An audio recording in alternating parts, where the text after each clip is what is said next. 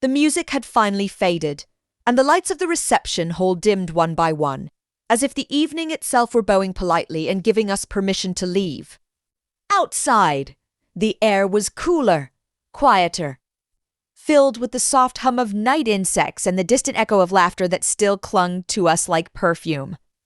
I remember looking at you as we stepped into the car, really looking at you and realizing that something had shifted. You were no longer just the person I loved. You were my wife, my husband, my partner. My home, your hand found mine naturally, as if it had always belonged there. The rings on our fingers caught the street lights, flashing softly, a small reminder that this day was real, that it wasn't a dream we would wake up from. The drive to the hotel felt shorter than it should have. Neither of us spoke much. Not because there was nothing to say, but because everything had already been said in vows, in glances, in the way our families had looked at us with pride and tears in their eyes when we arrived. The lobby was quiet and warm. The receptionist smiled knowingly, wished us congratulations, and handed over the key. The elevator ride was slow, almost ceremonial. I could feel your presence beside me, your closeness grounding me, steadying the flutter in my chest when the doors opened. The hallway was silent. Soft lights lined the walls, and the carpet muffled our steps. Our room was at the end.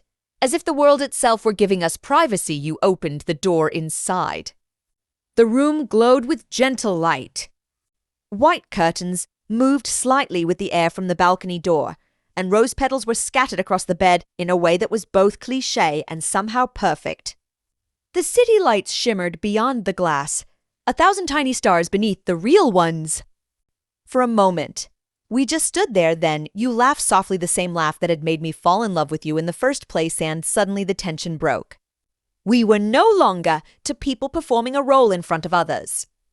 We were just us again. We sat on the edge of the bed, shoes kicked off carelessly, wedding clothes still on.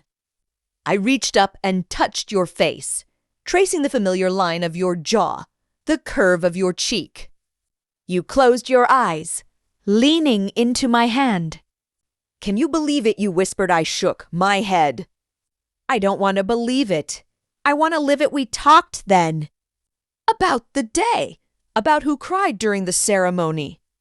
About the small things that had gone wrong and somehow made everything better. About the future where we might live.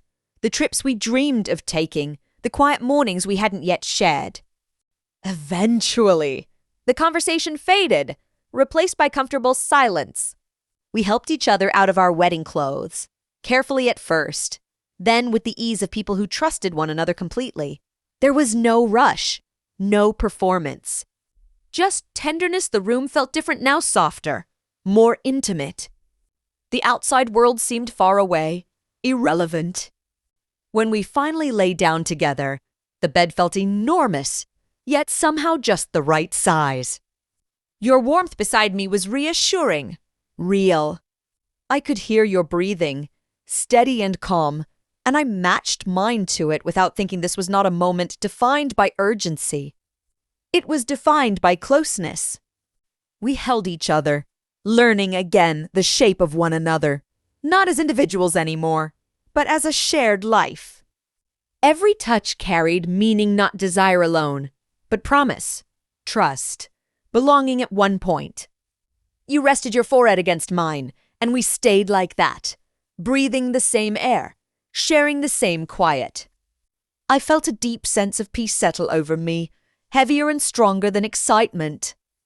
This was what the wedding had been leading to, not the celebration, not the applause, but this simple truth. We were safe together later, when the lights were turned off and the city outside dimmed. Sleep came easily, not because we were tired, though we were, but because there was nothing left to worry about. No uncertainty. No question of where we belonged.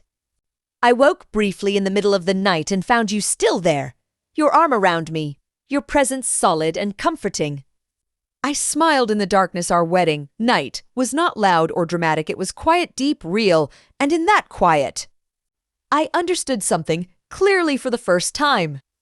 Love is not just the moment you choose someone. It is the moment you rest beside them and know without doubt that you have come home.